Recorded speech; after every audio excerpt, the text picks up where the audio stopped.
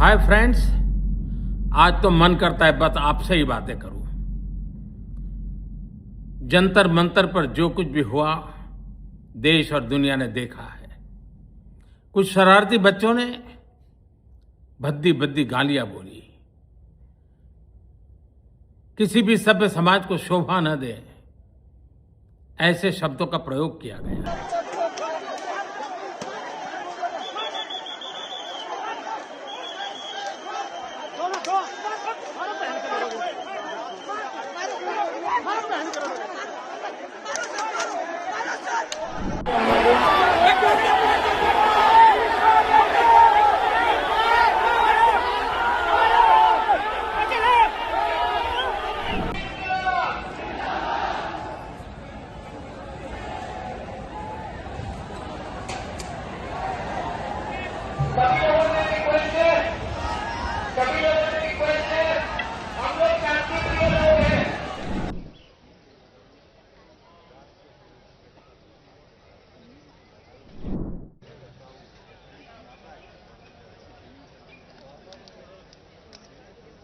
Hi friends, people ಟಿವಿಗೆ ಸ್ವಾಗತ. ನಾನು ಚರಣಿ ವರ್ನಾಡ್.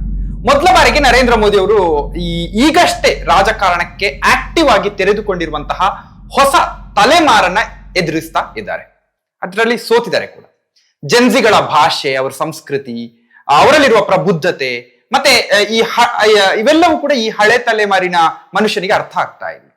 ಹೊಸ ತಲೆಮಾರು ಹೆಚ್ಚು ಹೆಚ್ಚು ಸಂವೇದನಶೀಲ ಆಗ್ತಾ ಇದೆ. ದೇಶಕ್ಕೆ ಕಂಟಕ ಆಗಿರುವ ಎಲ್ಲವನ್ನ ಮುಕ್ತವಾಗಿ ವಿರೋಧಿಸುವ ಮಟ್ಟಿನಲ್ಲಿ ಅವರು ಬೆಳೆದಿದ್ದಾರೆ. ಪವರ್ ಅಂದ್ರೆ ಒಂದು ಶಕ್ತಿಯನ್ನ ಅಥವಾ ಆಡಳಿತ ವರ್ಗವನ್ನ ತಮಾಷೆ ಮಾಡುವ ಮಟ್ಟಕ್ಕೆ ಅವರು ಹೋಗಿದ್ದಾರೆ. ದೆಹಲಿಯ ಜಂತರ್ ಮಂತರ್ನಲ್ಲಿ ನಡೆದಂತಹ ನೀಟ್ ಪ್ರಶ್ನೆ ಪತ್ರಿಕೆ ಸೋರಿಕೆಯ ವಿರುದ್ಧ, ಆಮೇಲೆ ಶಿಕ್ಷಣ ಸಚಿವ ಧರ್ಮೇಂದ್ರ ಪ್ರಧಾನ್ನ ರಾಜೀನಾಮೆಯನ್ನ ಆಗ್ರಹಿಸಿ ಒಂದು ದೊಡ್ಡ ಮಟ್ಟದ ಜೆನ್ಸಿ ಹೋರಾಟ ನಡೆಯಿತು. ಹೊಸ ತಲೆಮಾರು ಚಳವಳಿಯನ್ನ ಕಟ್ಟುವ ರೀತಿಯನ್ನ ಬೆಂಬಲಿಸುವ ಬದಲು ದೇಶ ಅವರನ್ನ ದೇಶದ್ರೋಹಿಗಳು ಅಂತ ಕರೆದದ್ದು ನಾವೆಲ್ಲ ತಲೆ ತಗ್ಗಿಸಬೇಕಾದಂತ ಸಂಗತಿ.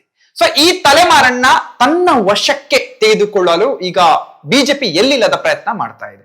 ಮೋದಿ ಈ ಮಧ್ಯರಾತ್ರಿ ತಟ್ ಅಂತ ನಿದ್ದೆಯಿಂದ ಎದ್ದು ಫ್ರೆಂಡ್ಸ್ ಅಂತ ರೀಲ್ಸ್ ಮಾಡ್ತಾ ಇದ್ದಾರೆ. ಆದ್ರೆ ಅದನ್ನ ಇದೇ ಜೆನ್ಸಿಗಳು ನಂಬುತ್ತಾ ಇಲ್ಲ. ಅವರಿಗೆ ಮೋದಿ ಅವರ ವ್ಯಕ್ತಿತ್ವದ ಸರ್ವಾಂಗವೂ ಕೂಡ ಎಲ್ಲವೂ ಅವರ ವ್ಯಕ್ತಿತ್ವವು ಒಂದು ಫೇಕ್, ಒಂದು ಸುಳ್ಳು, ಬೂಟಾಟಿಕೆ ಅನಿಸೋದಕ್ಕೆ ಶುರುವಾಗಿದೆ.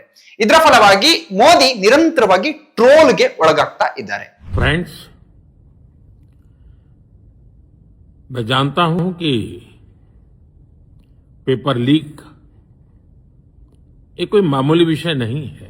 हर राज्य और केंद्र सरकार इस प्रकार की पेपर लीक की परेशानी झेल रहा है.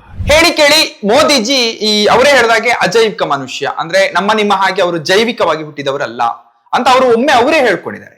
ಸೊ ಅವರು ಒಂದೊಂದಾಗಿ ಈ ರೀತಿ ಮಧ್ಯರಾತ್ರಿ ರೀಲ್ಸ್ ಗಳನ್ನ ಬಿಡೋದನ್ನ ನೋಡಿದ್ರೆ ಅದು ಮತ್ತಷ್ಟು ಸ್ಪಷ್ಟ ಆಗ್ತಾ ಇದೆ. ಒಬ್ಬ ಒಳ್ಳೆಯ ಲೀಡರ್ ತನ್ನ ಒಳಗಿರುವ ಎಲ್ಲ ಅಹಂಕಾರಗಳನ್ನ, ಸ್ವರತಿಯನ್ನ ಬಿಟ್ಟು ಕ್ಷಮೆಯನ್ನ ಕೇಳಬೇಕಾದಂತಹ ಪರಿಸ್ಥಿತಿ ಬಂದಾಗ ಆತ ಕ್ಷಮೆಯನ್ನ ಕೇಳುತ್ತಾನೆ, ದೊಡ್ಡ ಮನುಷ್ಯ ಆಗ್ತಾನೆ. ಆದ್ರೆ ಈ ಅವಕಾಶವನ್ನ ಮೋದಿ ಅವರು ಕಳ್ಕೊಂಡ್ರು. ಅವರ ಸರ್ಕಾರದ ಅಧೀನದಲ್ಲಿರುವಂತಹ ಪೊಲೀಸರು ಜಂತರ್ ಮಂತರ್ನಲ್ಲಿ ಶಾಂತಿಯುತವಾಗಿ ಪ್ರತಿಭಟನೆ ಮಾಡ್ತಾ ಇದ್ದಂತಹ ಪ್ರತಿಭಟನಾಕಾರರ ಮೇಲೆ ಗನ್ಗಳನ್ನ ಬಳಸಿದ್ರು. ಮಕ್ಕಳ ಮೇಲೆ ದೌರ್ಜನ್ಯ ಎಸಗಿದ್ರು. 19 ವರ್ಷ ಪ್ರಾಯದ ಬಾಲಕ ತನ್ನ ಕಣ್ಣನ್ನ ಕೂಡ ಕಳ್ಕೊಂಡ. ಲಾಠಿ ಚಾರ್ಜ್ ನಡೆಸಿ ನೂರಾರು ಮಂದಿಯನ್ನ ಗಾಯಗೊಳಿಸಿದ್ರು. ಅನೇಕರು ICU ನಲ್ಲಿ ಮಲಗಬೇಕಾದಂತಹ ಪರಿಸ್ಥಿತಿ ಬಂತು. ಹೀಗಿರುವಾಗ ಮೋದಿ ಕೊಡಬೇಕಾದ ಮಾನವೀಯ ಪ್ರತಿಕ್ರಿಯೆ ಅಂದ್ರೆ ಕನಿಷ್ಠ ಅವರ ಕ್ಷಮೆಯನ್ನ ಕೇಳೋದು. ಅಟ್ಲೀಸ್ಟ್ ಎಲ್ಲವನ್ನ ಫೇಕ್ ಮಾಡುವಂತಹ ಮೋದಿಜಿ ಅವರು ಅಟ್ಲೀಸ್ಟ್ ಒಂದು ಫೇಕ್ ಕ್ಷಮೆಯನ್ನಾದ್ರೂ ಅವರು ಕೇಳಬೇಕಾಗಿತ್ತು. ಸೊ ಯಾವಾಗ ಮೋದಿ ಈ ಅವರ ಸಂಪುಟದ ಶಿಕ್ಷಣ ಸಚಿವ ಧರ್ಮೇಂದ್ರ ಪ್ರಧಾನ್ ರಾಜೀನಾಮೆಯನ್ನು ಕೊಟ್ಟರು, ಧರ್ಮೇಂದ್ರ ಪ್ರಧಾನನ್ನ ತಮ್ಮ ಸಂಪುಟದಿಂದ ಕಿತ್ತು ಹಾಕಿದ್ರು, ಆಗ ಅವರು ಮೊದಲ ಬಾರಿಗೆ ಪ್ರತಿಕ್ರಿಯೆಯನ್ನ ಕೊಟ್ರು. ಅವರು ಆ ಪ್ರತಿಕ್ರಿಯೆಯಲ್ಲಿ ಮಕ್ಕಳ ಕ್ಷಮೆಯನ್ನ ಕೇಳಲಿಲ್ಲ, ಬದಲಾಗಿ ವಿಕ್ಟಿಮ್ ಕಾರ್ಡ್ ಅನ್ನ ಪ್ಲೇ ಮಾಡಿದ್ರು, ನಾಟಕ ಆಡಿದ್ರು. ಜಂತರ್ ಮಂತರ್ನಲ್ಲಿ ಮಕ್ಕಳು ನಂಗೆ ಬೈದ್ರು, ನನ್ನನ್ನ ನಿಂದಿಸಿದ್ರು ಅಂತ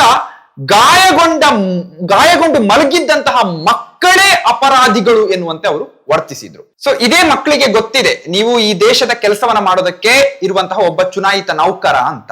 ಹೀಗಿರುವಾಗ ನಿಮ್ಮನ್ನ ಪ್ರಶ್ನಿಸೋದು, ಅಥವಾ ನಿಂದಿಸೋದು ಎಲ್ಲ ಅಧಿಕಾರ ನಮಗಿದೆ ಅನ್ನೋದು ಅವ್ರಿಗೆ ಗೊತ್ತಿದೆ. ಅವರು ನಿಂದಿಸ್ತಾ ಇದ್ದಾರೆ. ಸೊ ನೀಮ್ಕ ಪತ್ತ ಕಡುವ ಹೇ ಅಂತೆಲ್ಲ ಬೈತಾ ಇದ್ದಾರೆ ಅಂತ ನೀವು ದೂರ್ತಾ ಇದ್ದೀರಿ ಮೋದಿಜಿಯವರು. ಇಂತಹ ನಿಂದನೀಯ ಸಂಸ್ಕೃತಿಯನ್ನ ಈ ದೇಶದಲ್ಲಿ ಬಿತ್ತಿದವರು ಯಾರು? ನಿಮ್ಮದೇ ಪಕ್ಷದವರು, ನೀವೇ. ನೀವು ಮತ್ತೆ ನಿಮ್ಮ ಪಕ್ಷ ಈ ದೇಶದ ವೈಚಾರಿಕತೆ ನೈತಿಕತೆಯನ್ನ ನಾಶ ಮಾಡಿದ ಕೋಪವನ್ನ ಈ ಮಕ್ಕಳು ತಮ್ಮ ಬಾಯಲ್ಲಿ ಬೈಗುಳವಾಗಿ ಹೊರಗೆ ಹಾಕ್ತಾ ಇದ್ದಾರೆ. You deserve it. ಅವರ ಕ್ಷಮೆಯನ್ನ ಕೂಡ ನೀವು ಕೇಳಲಿಲ್ಲ. ಆದ್ರೆ ನನ್ನ ಹೆಣ್ಣು ಮಕ್ಕಳನ್ನ ನಾನು ಕ್ಷಮಿಸಿದ್ದೇನೆ ಅಂತ ಭಾರಿ ದೊಡ್ಡ ಜನ ಆಗೋದಿಕ್ಕೆ ಅವರು ಹೋದ್ರು. ಅದನ್ನ ಕೇಳಿದ್ರೆ ನಾವು ನಗ್ಬೇಕಷ್ಟೇ. ಅವರೊಂದು ವಿಡಿಯೋದಲ್ಲಿ ನಮ್ಮ ಹೆಣ್ಣು ಮಕ್ಕಳು ಈ ರೀತಿಯ ಸಂಸ್ಕೃತಿಯಲ್ಲಿ ಹೇಗೆ ಅವರು ಸಂಸ್ಕೃತಿಯ ಪಾಠವನ್ನೆಲ್ಲ ಮಾಡಿದ್ರು ಆ ಹುಡುಗಿಯರಿಗೆ. ಅವರನ್ನ ನಾನು ಕ್ಷಮಿಸಿದ್ದೇನೆ, ನನಗೆ ಬೈದ್ರು, ನನ್ನ ಹೆಣ್ಣು ಮಕ್ಕಳನ್ನ ನಾನು ಕ್ಷಮಿಸಿದ್ದೇನೆ ಅಂತ ಅವರು ಒಂದು ರೀಲ್ ನಲ್ಲಿ ಮಧ್ಯರಾತ್ರಿ ಹೇಳಿದ್ರು. ಅದನ್ನ ಕೇಳಿದ್ರೆ ನಾವು ನಗಬೇಕಷ್ಟೇ. ಮಕ್ಕಳು ಅದನ್ನ ಆಡ್ಕೊಂಡು ನಗ್ತಾ ಇದ್ದಾರೆ. ಸೊ ಮೊದಲನೇದಾಗಿ ಮೋದಿಜಿ ಹೇಳುವ ಈ ಕ್ಷಮೆ ಏನಿದೆ ಅದು ಕೇವಲ ನಾಟಕ ಮತ್ತೆ ಸುಳ್ಳು ಅನ್ನೋದು ಸ್ಪಷ್ಟ. ಪ್ರತಿಭಟನೆ ವೇಳೆ ಪ್ರಧಾನಮಂತ್ರಿಯ ವಿರುದ್ಧ ಹೇಳಿಕೆ ನೀಡಿದಂತಹ 15 ವರ್ಷದ ಬಾಲಕಿಯ ವಿರುದ್ಧ ಉತ್ತರ ಪ್ರದೇಶ ಮತ್ತೆ ದೆಹಲಿಯ ಪೊಲೀಸರು ನಿರಂತರವಾಗಿ ತನಿಖೆಯನ್ನ ನಡೆಸಿದ್ರು. ಎಫ್ಐಆರ್ ಆಗ್ಲಿಲ್ಲ ಅಂತ ಅವ್ರು ಹೇಳ್ತಾ ಇದ್ದಾರೆ. ಆದ್ರೆ ಆಕೆಯನ್ನ ಹೆದರಿಸಿ ಬೆದರಿಸಿ ಈಗ ಕ್ಷಮೆಯನ್ನ ಕೇಳಿಸಿದ್ದಾರೆ. ವಾಸ್ತವವಾಗಿ ಹಿಂಸೆಗೆ ಪ್ರಚೋದನೆ ನೀಡಿದ್ರೆ ಮಾತ್ರ ಅದು ಅಪರಾಧ ಆಗತ್ತೆ, ಹೊರತು ಪ್ರಧಾನಮಂತ್ರಿಯನ್ನ ನಿಂದಿಸುವುದು ಅಪರಾಧ ಅಲ್ಲ. ಹೀಗಾಗಿ ಈ ಪ್ರಕರಣ ದಾಖಲಿಸೋದಕ್ಕೆ ಯಾವುದೇ ಕಾನೂನಿನ ಆಧಾರವೇ ಇಲ್ಲ.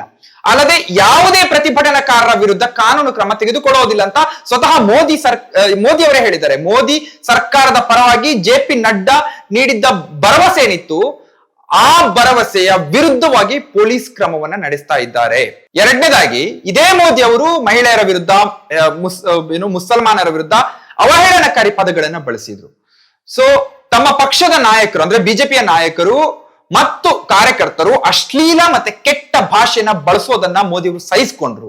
ಅದನ್ನ ನೋಡದ ಹಾಗೆ ಕೂತ್ಕೊಂಡ್ರು. ಮತ್ತೆ ತಮ್ಮ ಸರ್ಕಾರವನ್ನ ಟೀಕಿಸುವವರನ್ನ ನಿಂದಿಸುವುದಕ್ಕೆ ನಿಂದಿಸ್ತಾ ಇರುವಂತಹ ಸರ್ಕಾರವನ್ನ ಡಿಫೆಂಡ್ ಮಾಡಿಕೊಂಡು ಸರ್ಕಾರವನ್ನ ಪ್ರಶ್ನೆ ಮಾಡುವವರನ್ನ ವಾಚಾಮಗೋಚರವಾಗಿ ಬೈಯುವಂತಹ ಸೋಷಿಯಲ್ ಮೀಡಿಯಾ ಅಕೌಂಟ್ ಗಳನ್ನ ಇದೇ ಮೋದಿ ಅವರು ಫಾಲೋ ಮಾಡ್ತಾ ಇದ್ದಾರೆ.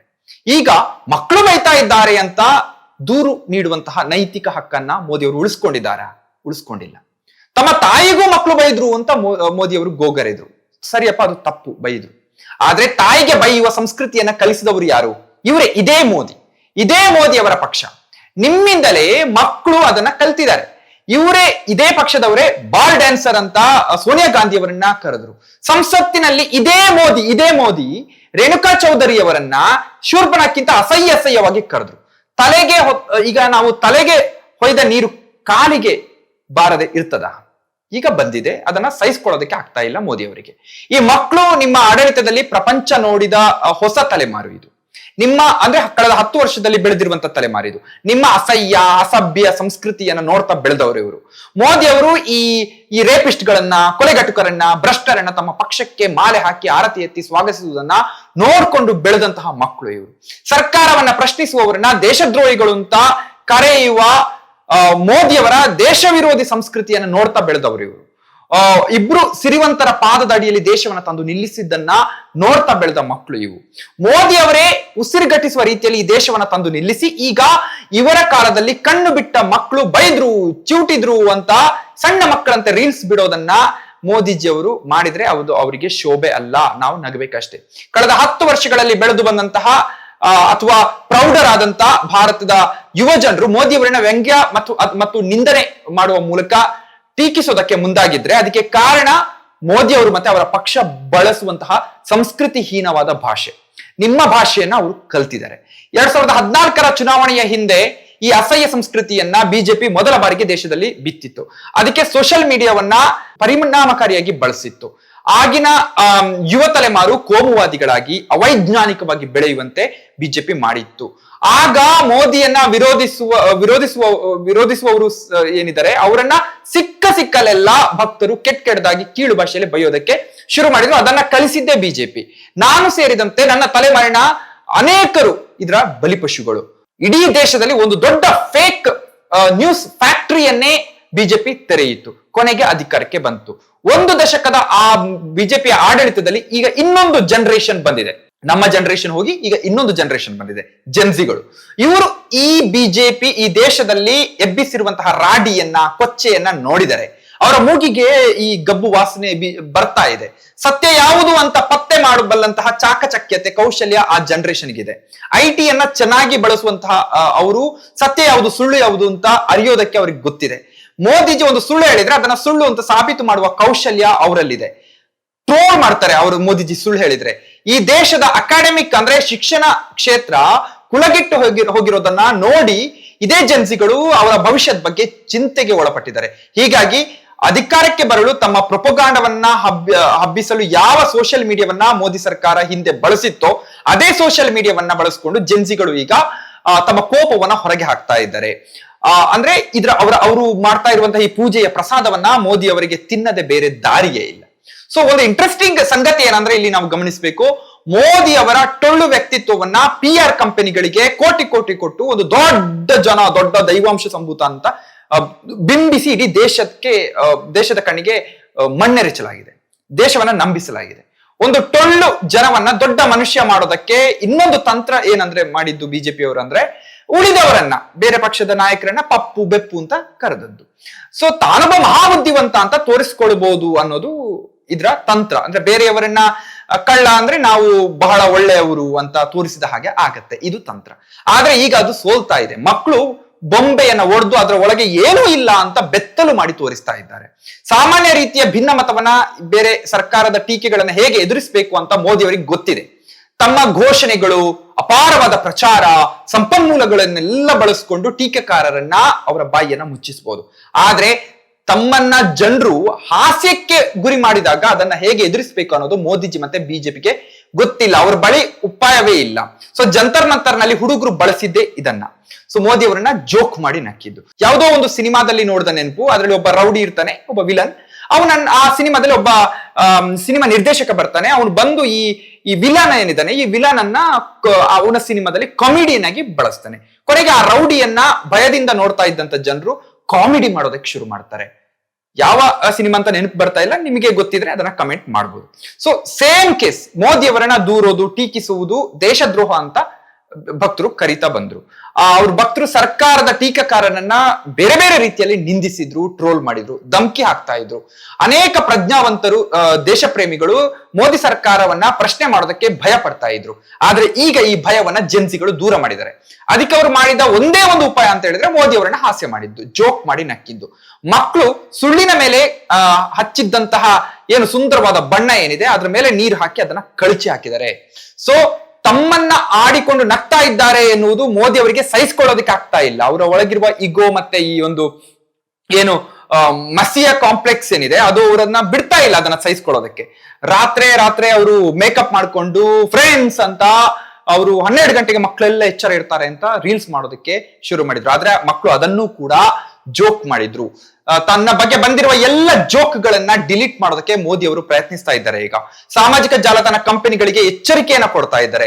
ಸಾವಿರಾರು ಪೋಸ್ಟ್ ಗಳನ್ನ ಡಿಲೀಟ್ ಮಾಡಿಸ್ತಾ ಇದ್ದಾರೆ. ಇದೇ ಮೋದಿ ನಾನು ಮಕ್ಕಳನ್ನ ಕ್ಷಮಿಸಿದ್ದೇನೆ ಅಂತ ಹೇಳಿದ ಅದೇ ರಾತ್ರಿ 15 ವರ್ಷದ ಬಾಲಕಿಯ ವಿರುದ್ಧ ದಾಖಲಾದ ಕ್ರಿಮಿನಲ್ ಪ್ರಕರಣದ ಉದ್ದೇಶ ಏನಿದೆ ಅದು ಈ ಮಕ್ಕಳಲ್ಲಿ ಭಯವನ್ನ ಹುಟ್ಟಿಸುವುದೇ ಆಗಿತ್ತು. ಒಂದು ಕಡೆಯಲ್ಲಿ ನಿಮ್ಮನ್ನ ಕ್ಷಮಿಸಿದ್ದೇನೆ ಅಂತ ಹೇಳ್ತಾ ಈ ರೀತಿ ಕೇಸ್ ಹಾಕೋದು ಅಥವಾ ಏನು ಪೊಲೀಸ್ ಕ್ರಮ ತನಿಖೆಯನ್ನ ನಡೆಸುವುದನ್ನ ನೋಡಿದ್ರೆ ತನ್ನನ್ನ ಟೀಕಿಸುವಂತಹ ಪೋಸ್ಟ್ ಗಳನ್ನ ಡಿಲೀಟ್ ಮಾಡದೇ ಇದ್ರೆ ನೀವು ಕೂಡ ಇದೇ ಗತಿಯನ್ನ ನೋಡ್ಬೇಕಾಗ್ತದೆ ಅಂತ ಮಕ್ಕಳಿಗೆ ಬೆದರಿಕೆ ಹಾಕಿದ ಹಾಗೆ ಕಾಣಿಸ್ತಾ ಇದೆ. ಇಲ್ಲಿವರೆಗೆ ಈ ಜೆನ್ಸಿಗಳು ಮೋದಿ ಅವರ ರೀಲ್ಸ್ ಅನ್ನ ವ್ಯಂಗ್ಯ ಮಾಡ್ತಾ ಜೋಕ್ ಮಾಡ್ತಾ ಪ್ರತಿಕ್ರಿಯೆ ಕೊಟ್ಟಿದ್ದಾರೆ. ಮುಂದೆಯೂ ಹಾಗೆ ಮುಂದುವರಿಯುವ ಸಾಧ್ಯತೆ ಇದೆ. ಮೋದಿ ಅವರು ಕ್ಷಮೆ ಕೇಳುವವರೆಗೆ ಈ ಪರಿಸ್ಥಿತಿ ಬದಲಾಗೋದಿಲ್ಲ, ಜೋಕ್ ಮಾಡ್ಕೊಂಡೇ ನಗ್ತಾರೆ. ಮೋದಿ ಅವರು ತಮ್ಮ ಒಳಗಿರುವಂತಹ ಅಹಂಕಾರ, ಇಗೋ, ಸ್ವಾರ್ಥಿ, ಆಮೇಲೆ ಗರ್ವವನ್ನ ಬಿಡುವವರೆಗೆ, ಮಕ್ಕಳ ಕ್ಷಮೆಯನ್ನ ಕೇಳುವವರೆಗೆ, ಬಹುಶಃ 2029ರವರೆಗೆ ಮೋದಿ ಅವರನ್ನ ಇದೇ ಮಕ್ಕಳು ಜೋಕ್ ಮಾಡ್ತಲೇ ಇರ್ತಾರೆ. ಸೊ ನಿಮ್ಮ ಅಭಿಪ್ರಾಯವನ್ನ ಕಮೆಂಟ್ ಬಾಕ್ಸ್ ನಲ್ಲಿ ತಿಳಿಸೋದಕ್ಕೆ ಮರಿಬೇಡಿ. Thank you ದೋಸ್ತೋ.